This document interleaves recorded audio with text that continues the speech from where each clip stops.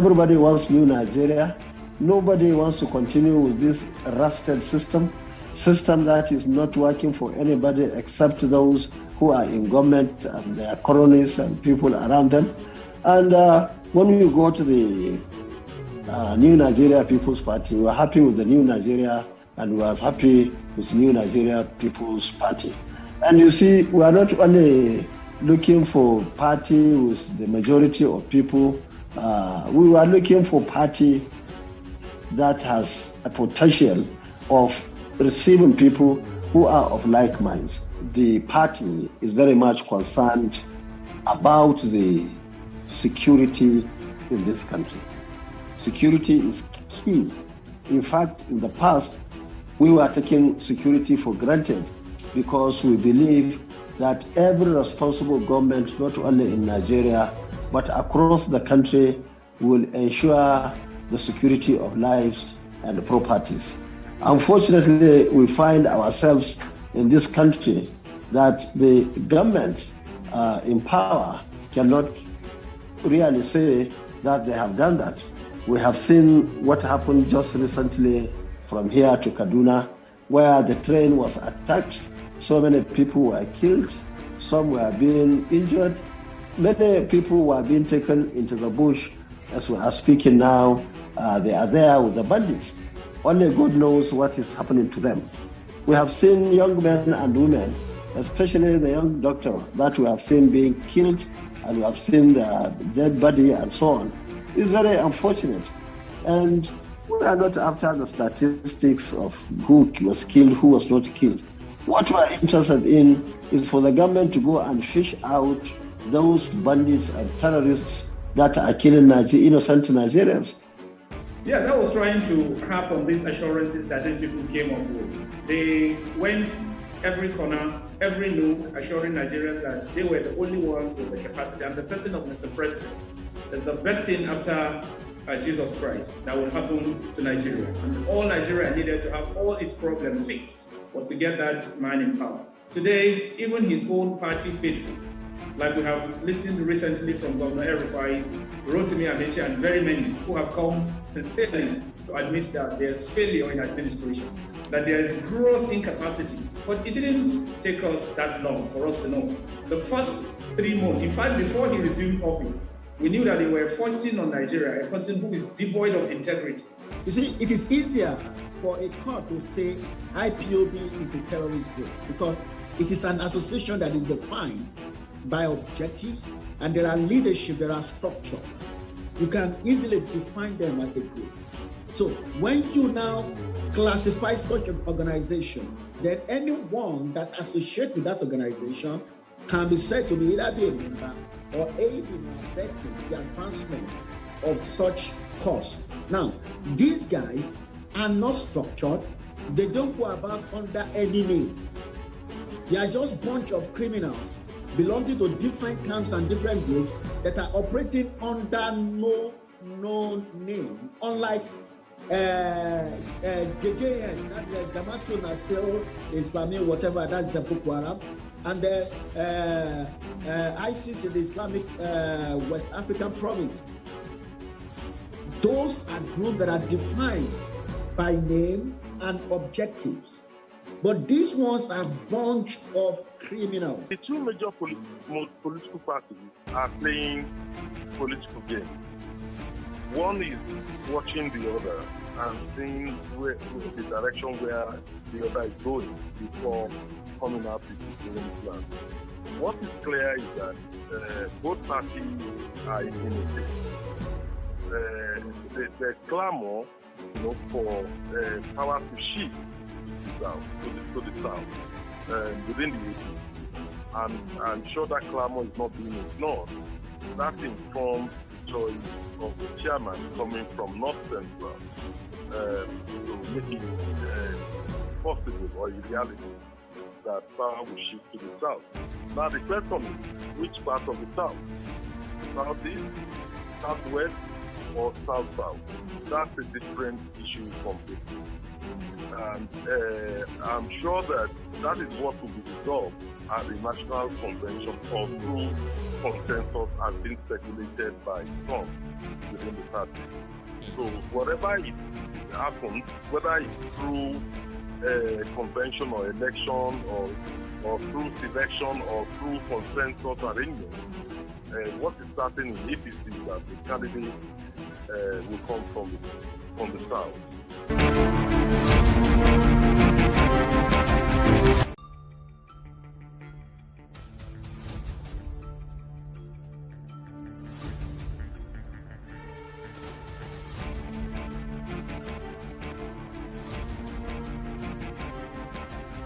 With regards to the electoral laws, well, I do not care too much about those laws as much as I care about the human resources that are going to conduct elections. And INEC, as it is presently composed, is made up of people who do not have the credibility to conduct free and fair elections.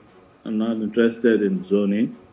I hope that Nigeria would continue to search for competent Nigerians who can run this country effectively, efficiently, in a just and egalitarian manner, so that these ethnic jingoists will not have a say in how we run our lives. We have done this whole rotational presidency for 20 years now. We've taken the presidency, Nigeria has taken the ruling class has taken the presidency to as many places as possible. But what they have not taken the presidency to is the zone of competency, zone of justice, zone of men of integrity. So if we make the mistake again of zoning to another incompetent character simply because of the location of his village, well, we will regret it. So we are saying that what obtained about 60 years ago cannot confidently obtain now. So with respect to grazing routes, as a matter of fact, we're in a modern civilization. Modern civilization does not really give room for somebody taking cattle from the north down to the Port. Efforts must be made. These boys that are taking these cattle, they should go to school. In fact, when you look at pastoral nomadism, it's one that took place about 100, 200 years ago. There's no civilized world today you find people following cattle. There's a great deal of reform required in the national security sector, especially with the police. I don't see any serious reforms going on. Where I would have said maybe a lot of money is going on into training, this, that, and so on. No. In nearly every state, where today we have the military complementing the effort of the police on ground, we know how much state governments are spending. And that is why some of the governors are saying, allow us to have our own police force. And then this money, this entire monies we are pumping in at the various state level, will go into our own police. The federal government could lay out the guidelines. We're not saying give them a free hand. Our politicians are not as mature as that. Governors, they are like children. They are like little kids with children. These are shying away from rotation of power because in less than, 1 year to the polls, none of the parties, to the best of my knowledge, have come out to say we are picking our candidate, or this is the particular region where we'll be having our presidential candidate come from, whether it is the APC, the PDP, and all other smaller parties. None of the parties are doing that, are saying that at the moment. So I think it is actually wrong for the the governor of Ondo State, to categorically say that if any party feels a northerner, the southerners won't support. And I must say this: you see, democracy, whether we like it or not, is a government of numbers, is a product of numbers. I mean to say, and the fact is that the northern part of Nigeria still holds sway in terms of voters' power.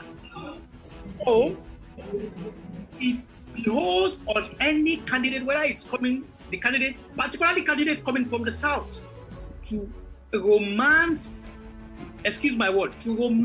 the north like what have Tinubu doing at the moment, for every little thing here and there in the north. He was in Zamfara before he traveled to London and so on. And even the vice president, whether he has declared or not, but you see him romanticizing the north. He was in Kano State for a public lecture 2 days ago, but he used the opportunity to visit the family of Hanifa that was murdered some weeks back. So I think it is very important that any candidate, particularly that wants to win the presidential election, must embrace the north.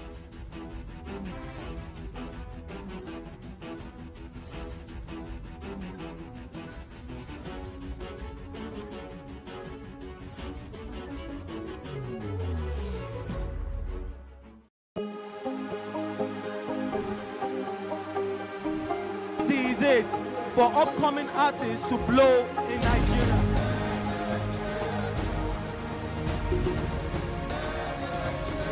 Welcome to Plus Trending.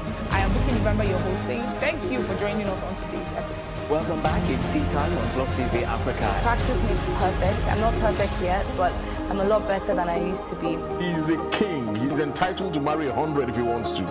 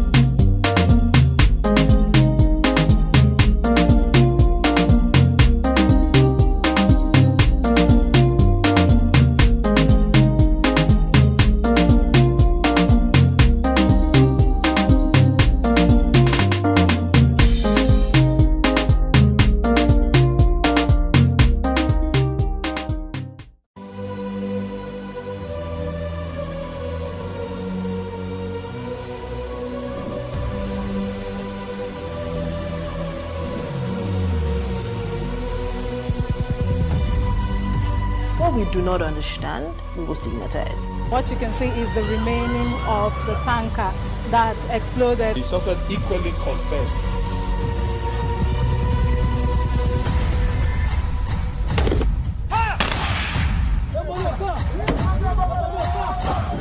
A 500 naira they collect them. If you no talk, they go beat you. Now 2,500 they pay.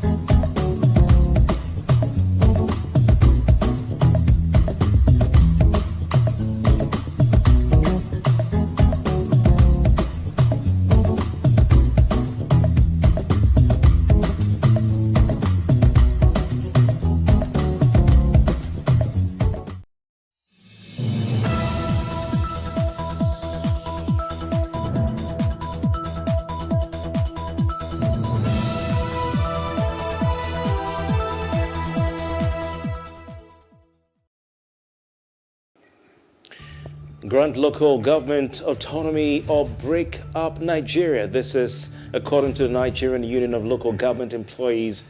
And River State PDP governorship aspirant Farada Gogo has been arrested.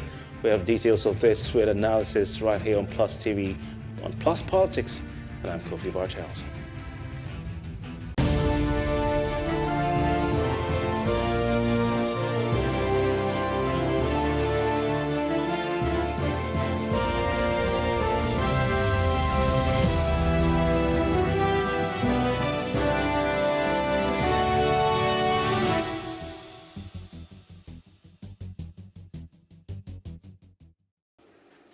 The Nigerian Union of Local Government Employees, NOGE, had recently warned politicians, especially governors, to free the local government from her excruciating control or break Nigeria into pieces. Now, those were their words. The national president of NOGE, Comrade Ambali Olatunji, said, quote, "A message about autonomy for local governments in Nigeria is simply that the governors should either the local government give or allow local government autonomy, or they break Nigeria into pieces." That is very important.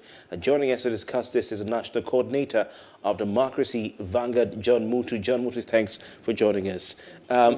Give us local government autonomy or break Nigeria up. That sounds a bit extreme. Do you agree with that school of thought? Yeah, I think I agree with that. I wouldn't subscribe to that. When you say give us local government, I will break Nigeria to pieces. Pieces on what basis? I don't subscribe to that. And I think maybe he's saying that out of frustration. I don't think he meant it. Okay, all right. But is there a truth? Because they say there's no smoke without fire. And to every statement, there might be a truth. Is there a certain truth to this?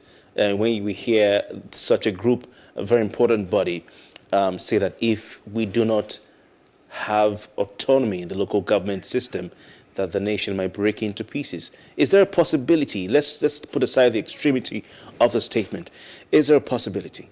I think maybe what they meant was that maybe they are going to make the country ungovernable, especially at the state level. And like I said, it may be out of frustration. Ambali is the president of the Nigerian Union of Local Government Employees. They are workers at the local government level. They live at the local governments. They live at the communities. They feel the pulse of the people. And they also understand the frustrations of the people. So perhaps maybe, because I know that the advocacy for local government autonomy has been on for a while. I remember during the third alteration and the fourth alteration, this advocacy was there. Nigerians and maybe basically people at the community level had been advocating for the independence of the local governments. But we are also aware that the governors, to a large extent, have never supported that independence, even though the National Assembly had on 2 previous occasions made that recommendations. And when he went to the state assemblies, they didn't vote in favor of it.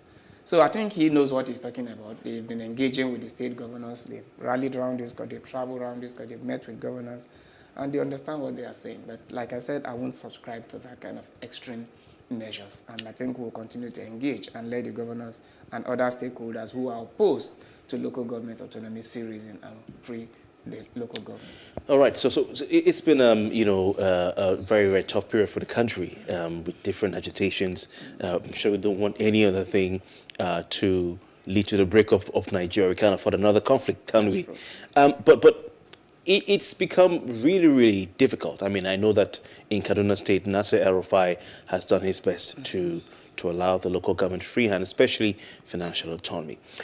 Some governors have reasons for being really sit tight as far as the financials are concerned. Do you understand why some state governors will want to be in control of the finances of the local government?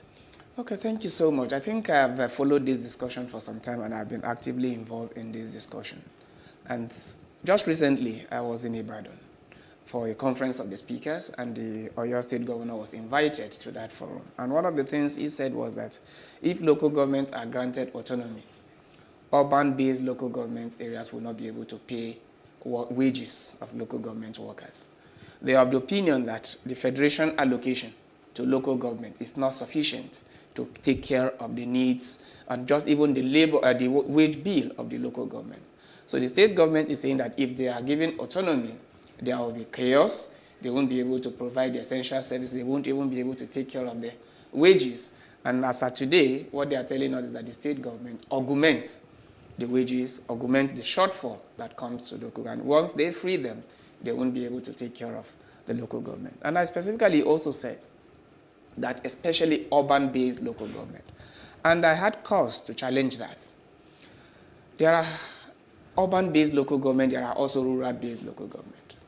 Rural-based local government have their own peculiar challenges. They don't have access to pipe-bomb water, they don't have access to good roads, they don't have access to good health center. So their challenges are peculiar. And some of them are quite large. And quite large, yeah, with their own peculiar challenges. Sometimes far apart from the rural, the urban center. So getting access to essential services is a challenge. Whereas the local government are supposed to provide those basic minimum municipal services. But if you now, because the monies from the federation account is paid into a bucket called the Joint Account Allocation Committee. From that account, the state government now starts rationalizing, taking monies for the rural-based local government to augment shortfalls in the urban-based local government. In my view, that meant robbing Peter to pay Paul. Why will you take money meant for rural local government to now augment shortfall for state government when their peculiarities are different? And the local government are also saying, free us. It's our challenge. You cannot love us more than us. Allow us, just try us for a second and see if we are not able to take care of our own issues. And recently, Nolge did an analysis of how much comes from the federation account and how much is the wage bill. To our surprise, wage bill of the local government. Okay. It completely put a lie to that assertion that if they are granted autonomy, they will not be able to pay their local governments. That's not true. And one very what was the finding of that analysis? Was the finding that the wage bill was not as big and impossible to meet? It shows that the allocation, in most cases, far outweighs the wage bill. And it is not a case of the other way, right? And even at that, if state government are augmenting shortfall for local government, it is for the benefit of the entire state. If the local governments are effective, they are functional, the state government is also freed from other pressures. So why wouldn't you want the local government to remain independent, be able to provide essential services? Like you mentioned, Kaduna.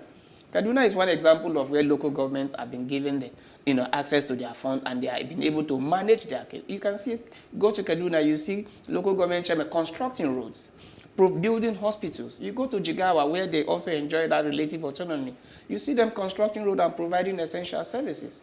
But go to other local government. And also, River State is another example of where local governments are building roads and providing essential services. You need to look into that. We've tried two extremes. Okay. For the past 22 years, we've been trying local government under the infrastructure of the state government.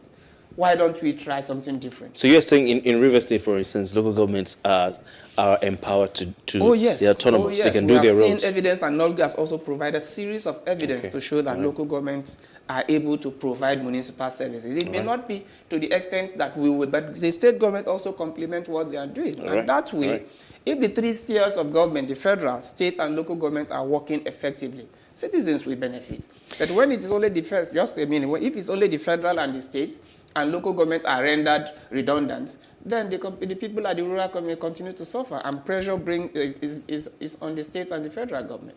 John Mutu, I mean, the Nigerian constitution is quite clear when it comes to the function of the various tiers of government in Nigeria. You're very well aware of this, the federal government, the state government, and the local government. I mean, local governments have certain functions enshrined in the constitution, and I want us to look at these functions, and I mean, apart from the wage bill, carrying out these functions, whether they can effectively, not just about the fiscal responsibility of carrying out these functions, but also the administrative and structural and technical responsibility.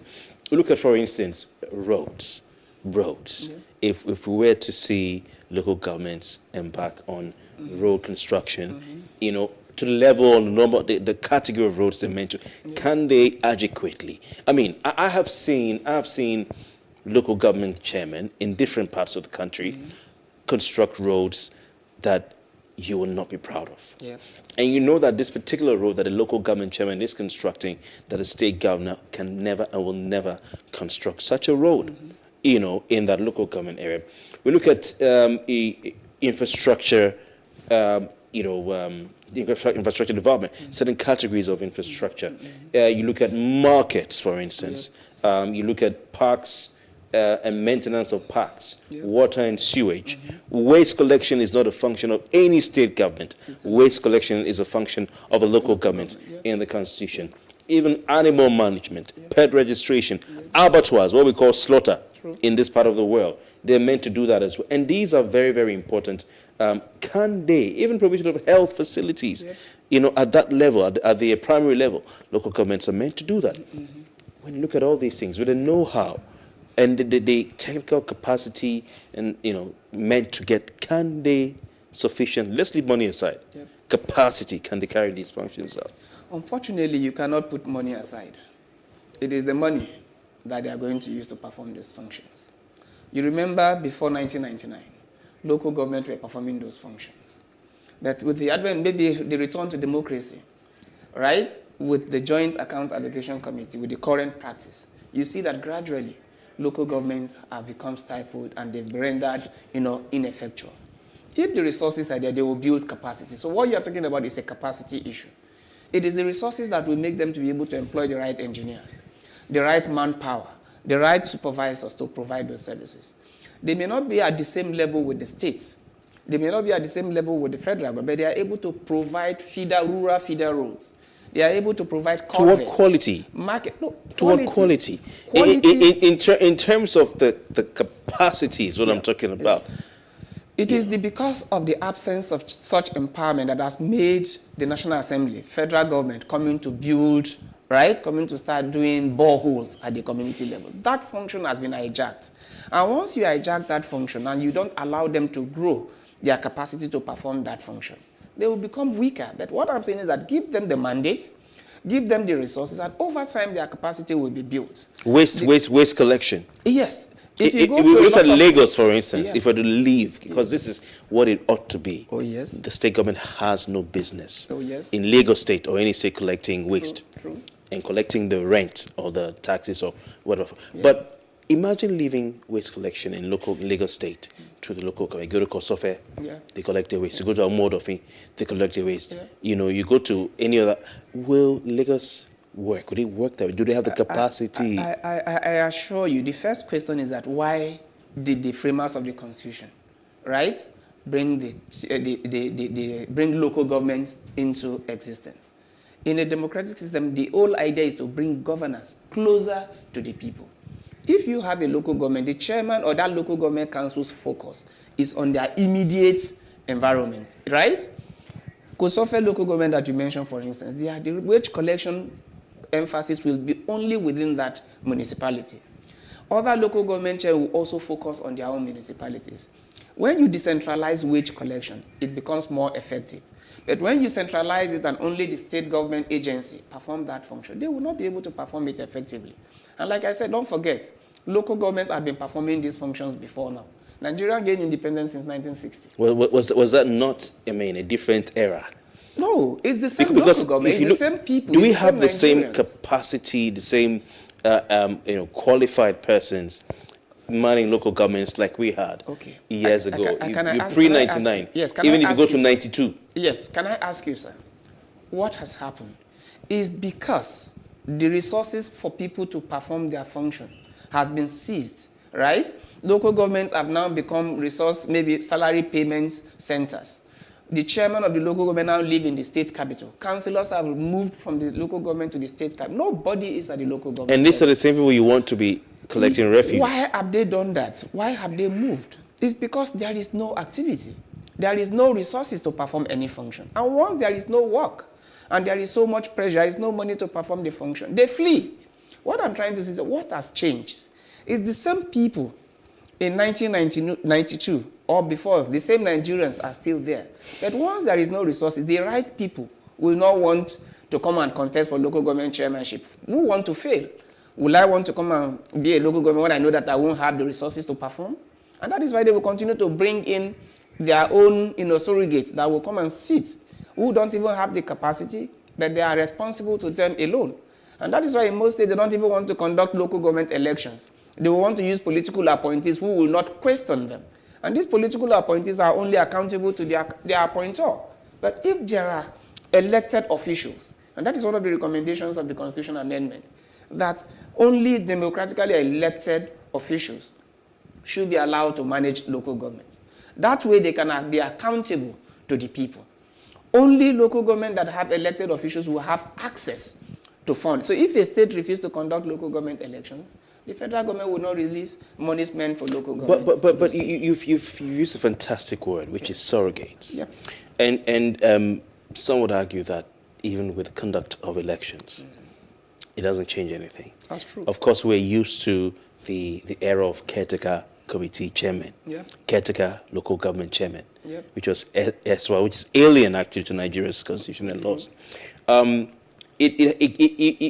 look and a study at the elections and local government elections in various states would reveal that there actually are no elections. In fact, in several states, bar Kaduna, which I'm aware of, the opposition in the state does not even care to spend money contesting local government elections. You agree with that? Yeah. Because they know it's because the winners are already determined before the elections. Of course. And then you have the state electoral commission domiciled under the governor. Yeah. So some would say do you agree with those who say until we have free and fair elections and probably the conduct of the local government elections taken away from the state government and placed in the hand of INEC, any law-needed legislation for local government autonomy is just a smokescreen, really. It's not to work. Okay, let me put it this way. There are 3 levels.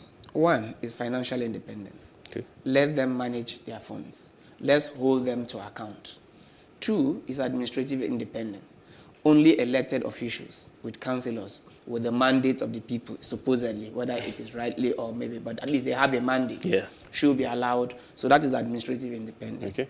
The third question is how leadership emerges. Who conducts the election? Is it free and fair? Those are the 3 questions you're talking about.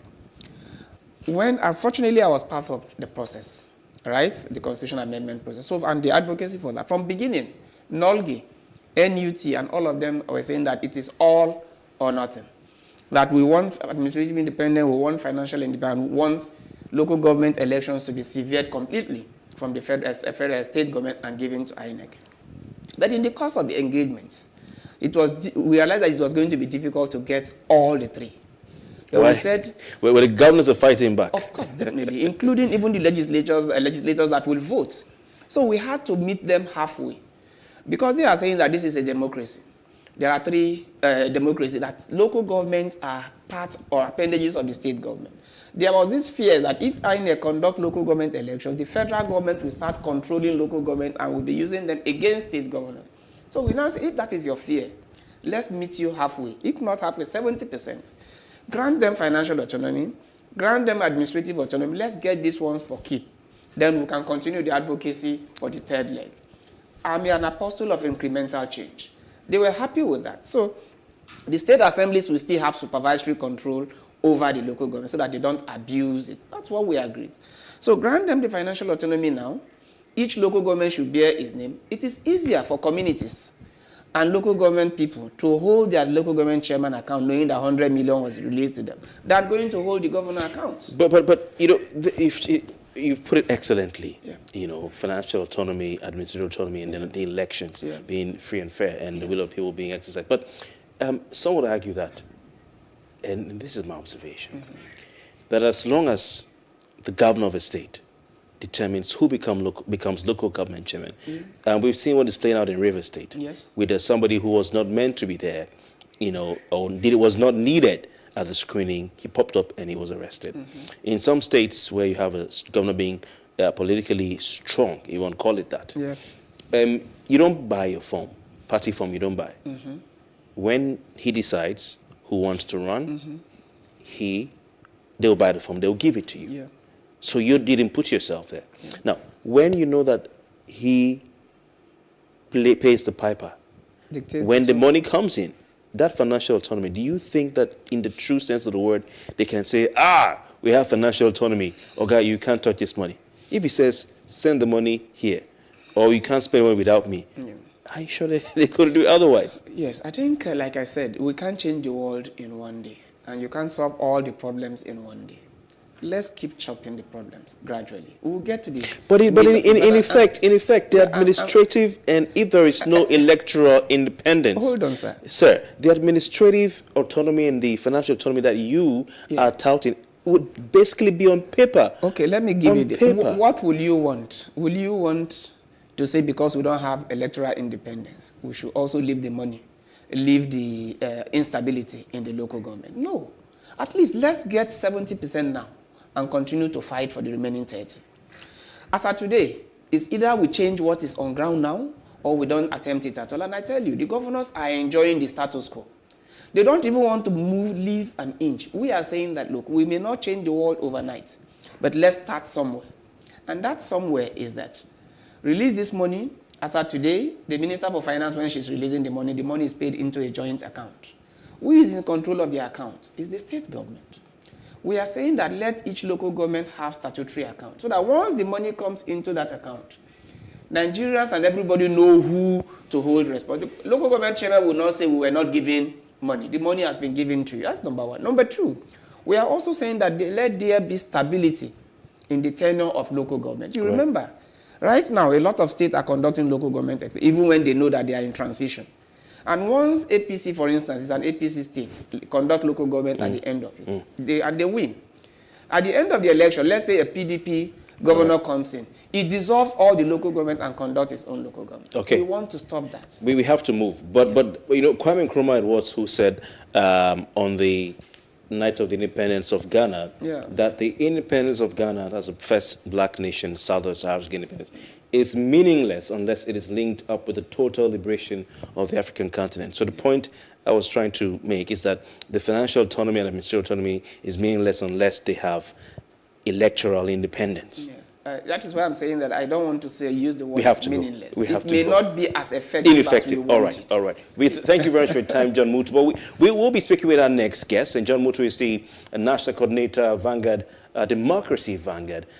We'll be back, and when we return, we talk about the interesting events unfolding in River State and the governorship screening with the People's Democratic Party. Stay with us.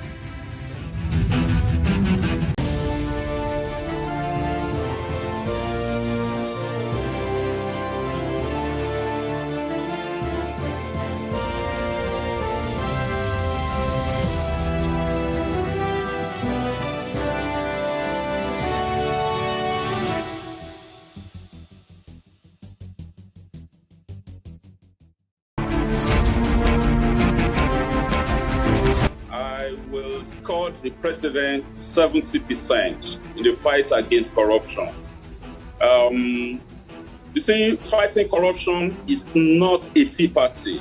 It's a difficult task for anybody in any country of the world, no matter how powerful, no matter how developed the countries are. Corruption can be very tricky when it comes to avoiding the long arm of the law. And you also know that corruption crimes are not committed in the open. And that means that a lot of efforts will have to be put in place to trace the evidence of corruption. I must tell you that originally and for some time, I've always believed in competency as opposed to zoning. In other words, let's look for somebody who is able to deliver the goods. But in recent times, as a result of so many acts of injustice in the land and a lot of agitation in the land, I'm beginning to think, seriously speaking, that might appear to be one of the ways to address the tension in the country presently. Let me confess to you that while I was the National Legal Advisor,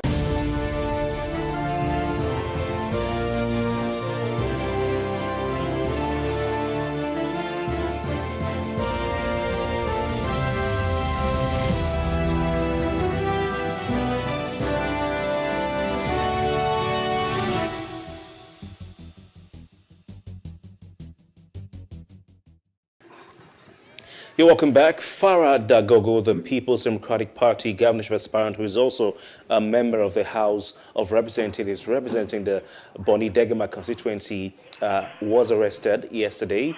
Policemen attached to Government House Port Harcourt in Rivers State arrested him at the venue of the People's Democratic Party South-South Zonal screening in Port Harcourt, where governorship aspirants were being screened. The arrest came after the Rivers State Governor, Nyesom Wike, had a day earlier declared Dagogo wanted for allegedly sponsoring cultists to disrupt the PDP secretariat, which was the venue of the screening of the aspirants. Now, joining us to look at this, we have a human rights advocate, King Esquire, and of course, we're also joined by the Vice President, Rivers West of the People's Democratic Party, Dr. Name Robinson-Ewo. Gentlemen, thank you very much for your time. Thank you very much. Okay. Yeah, Dr. Name Robinson-Ewo, please tell us what exactly is going on. Such a very eminently qualified person, a member of the House of Representatives, was declared wanted by the leader of your party in Rivers State and the governor, Nyesom Wike. Why? You know, first and foremost, we are in a democratic society. And being a democratic society, the citizens will ought to be law-abiding. We ought to observe and obey the tenets of the law to the letter. This period, we know that party primaries, party processes, purchase of form, etc. is ongoing. The aspirants for the offices of State House of Assembly, House of Representatives, and the Senate went for screening at the party secretariat 2 days ago. And the process, as we all know, ought to be free, fair to everybody.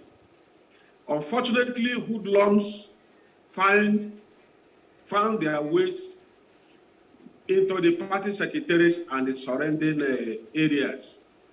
They did not just go there as members of the party to support whoever they believe they are supporting, or going there to observe the processes as citizens.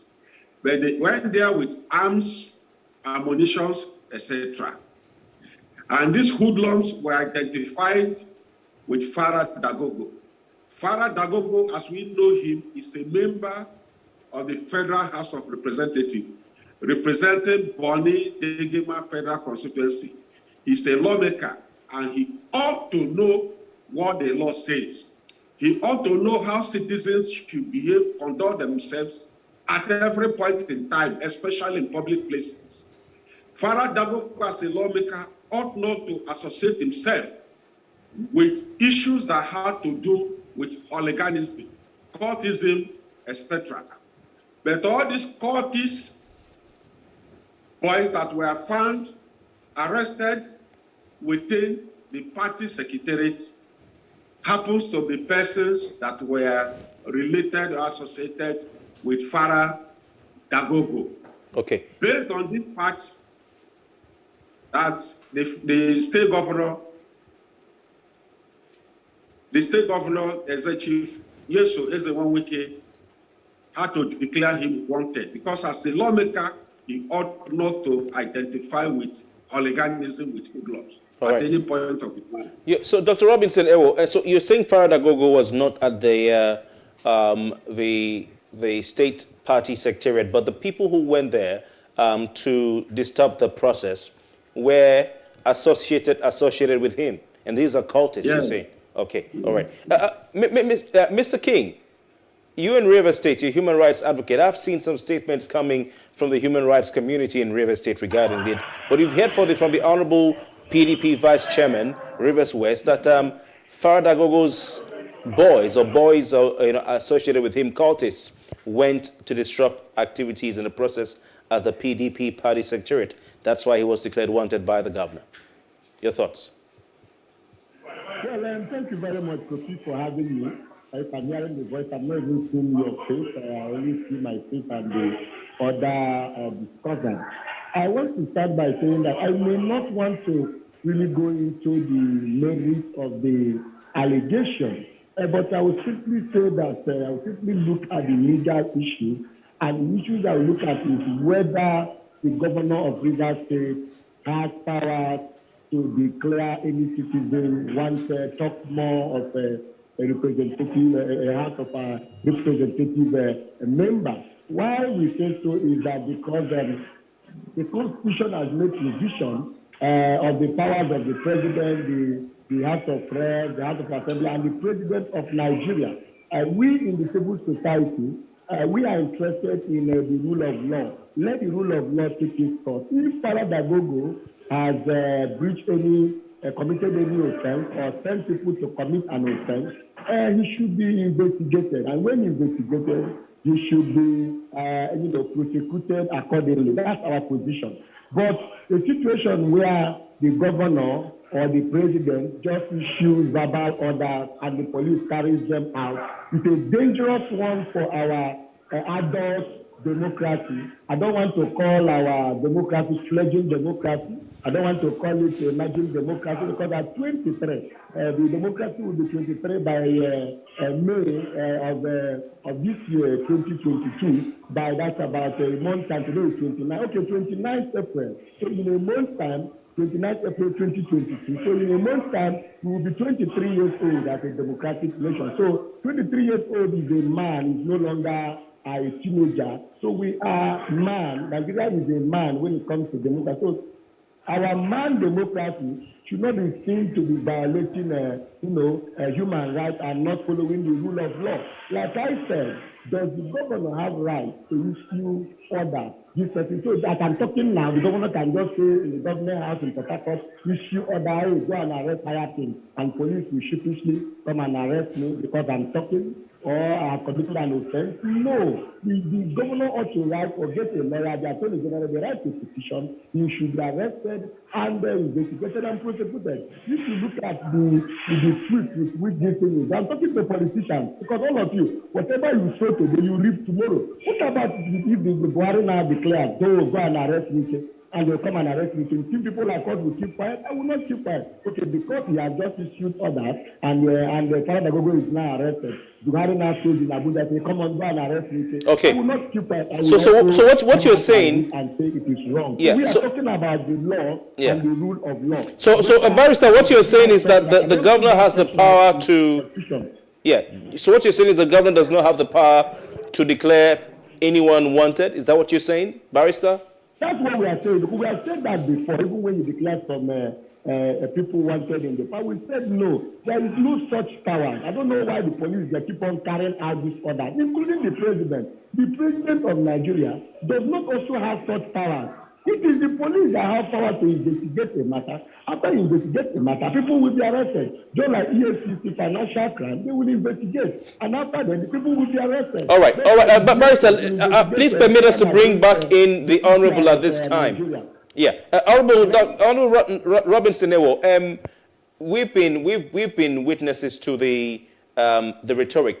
This gentleman, Farah Dagogo, who is a former Niger Delta agitator, he's been very vocal, questioning or calling for internal democracy in the PDP in Rivers State, calling on the members of the party not to allow one man to be in charge of the party in the state. Do you think that his rhetoric and his statements have led to this moment where he has been declared wanted and arrested, subsequently taken to court and remanded in custody?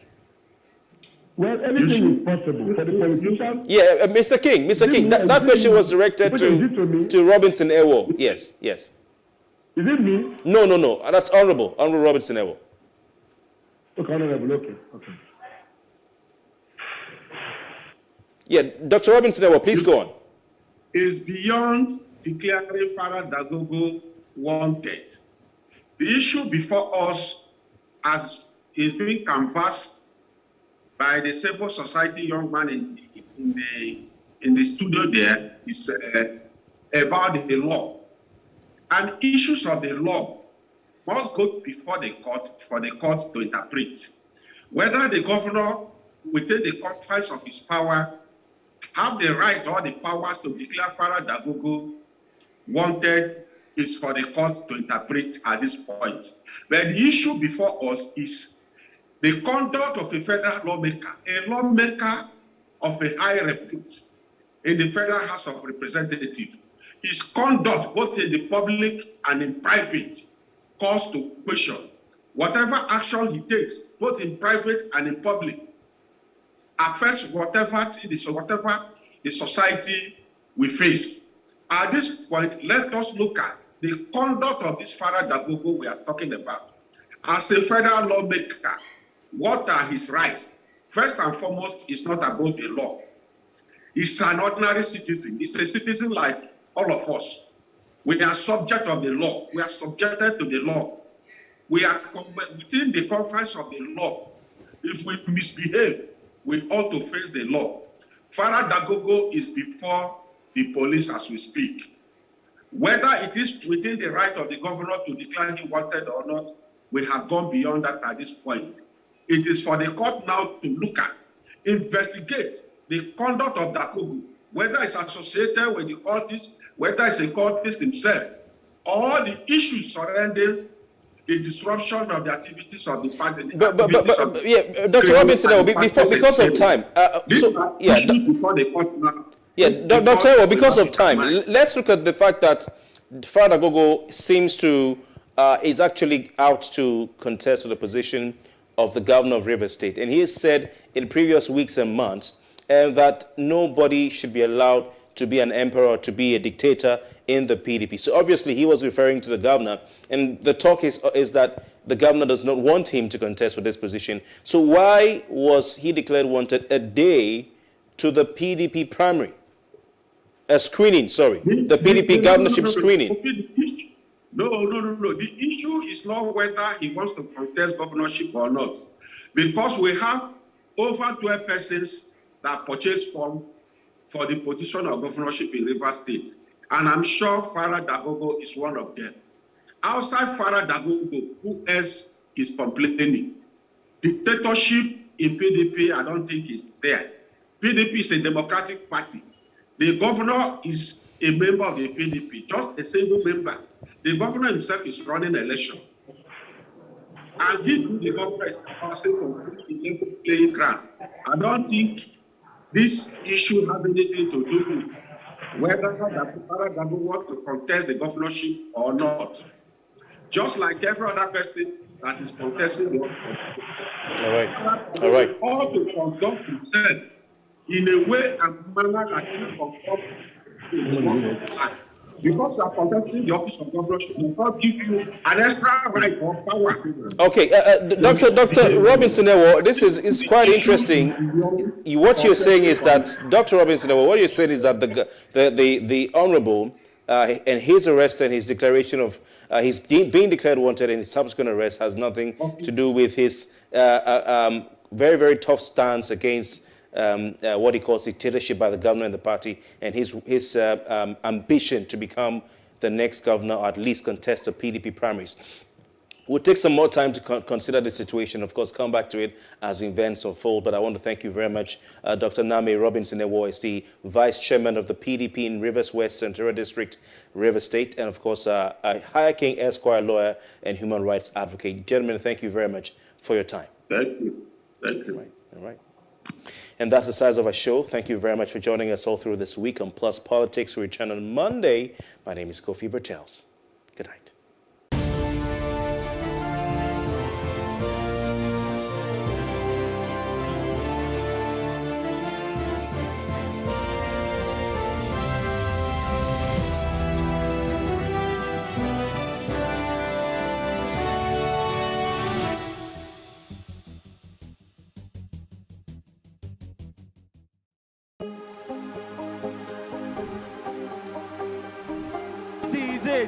For upcoming artists to blow in Nigeria.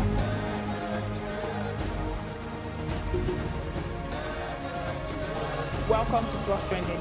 I am Bookie November, your host, saying thank you for joining us on today's episode. Welcome back. It's tea time on PlusTV Africa. Practice makes perfect. I'm not perfect yet, but I'm a lot better than I used to be. He's a king. He's entitled to marry 100 if he wants to.